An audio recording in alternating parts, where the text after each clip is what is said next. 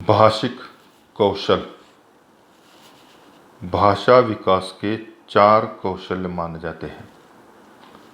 पहला कौशल श्रवण कौशल, दूसरा भाषण कौशल, तीसरा पठन कौशल और चौथा लेखन कौशल। उसमें से जो पहला कौशल है वह है श्रवण।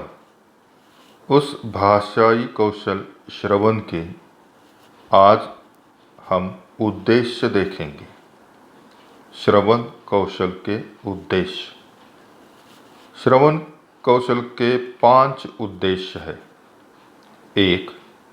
ज्ञानार्जन, दूसरा सर्जन, तीसरा मनोरंजन, चौथा समीक्षा और 5वां भाषा विकास की पूर्व तैयारी। अब हम इसमें से एक एक के बारे में विस्तृत जानकारी देखेंगे। पहला जो श्रवण का उद्देश्य है वह है ज्ञानार्जन। क्या है ज्ञानार्जन?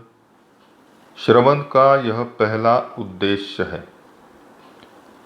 हम कहानियाँ, कविता, भाषण, संवाद, नाटक आदि इसलिए सुनते हैं कि उससे हमें कुछ तो ज्ञान प्राप्त हो। श्रवण शारीरिक प्रक्रिया नहीं, बल्कि वह एक मानसिक प्रक्रिया भी है। श्रवण आज ही नहीं, बल्कि पुराने जमाने से ही विद्यार्जन का साधन रहा है। प्राचीन काल में वेदों की पढ़ाई श्रवण के माध्यम से ही होती थी। अब हम चलते हैं दूसरे उद्देश्य की ओर। दूसरा उद्देश्य है सर्जन। श्रवण से ज्ञान बढ़ता है। ज्ञान बढ़ने के कारण विचार शक्ति एवं तर्क शक्ति का विकास होता है। श्रोता को अपने विचारों को अभिव्यक्त करने की प्रेरणा मिलती है। यही सर्जन की प्रेरणा है। सर्जन का अर्थ है नवनिर्माण करना। सर्जन का अर्थ है नवनिर्माण करना। अब देखो तीसरा उद्देश्य क्या है? मनोरंजन। मनोरंजन के बिना मनुष्य का जीवन आनंदमय नहीं हो सकता। इसलिए श्रवण का तीसरा उद्देश्य है मनोरंजन। गीत, कविता, नाटक, संवाद आदि साहित्य की विविध विधाओं को सुनने से हमारा मन आनंद विभोर हो उठता है। हमें ब्रह्मानंद की प्राप्ति हो जाती है। उसके बाद चौथा जो उद्देश्य है वह है समीक्षा। बहुत अधिक सुनने से हम विचारों की क्रमबद्धता एवं सुसंगति आदि का ज्ञान प्राप्त करते हैं। गुण दोषों की परख आसानी से की जाती है।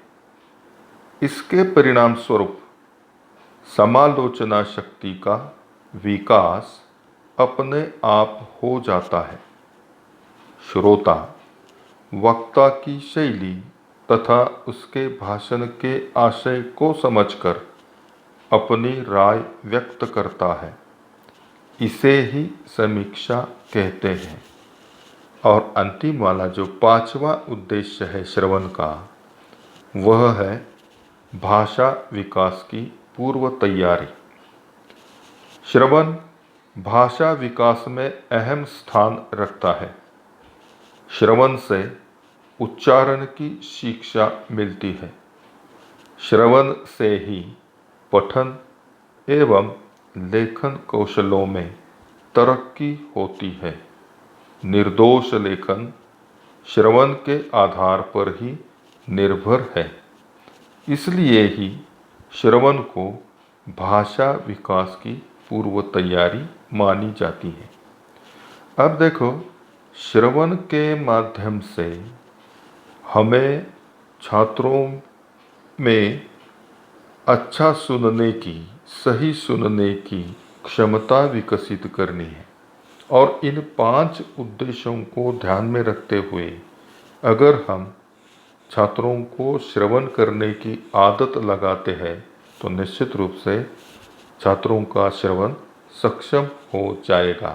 तो ये थे 5 श्रवण के उद्देश्य। पहला ज्ञानार्जन, दूसरा सर्जन, तीसरा मनोरंजन, चौथा समीक्षा और पांचवा भाषा विकास की पूर्व तैयारी। इन्हीं उद्देश्यों के कारण ही छात्रों में श्रवण की क्षमता निर्माण करनी आवश्यक है।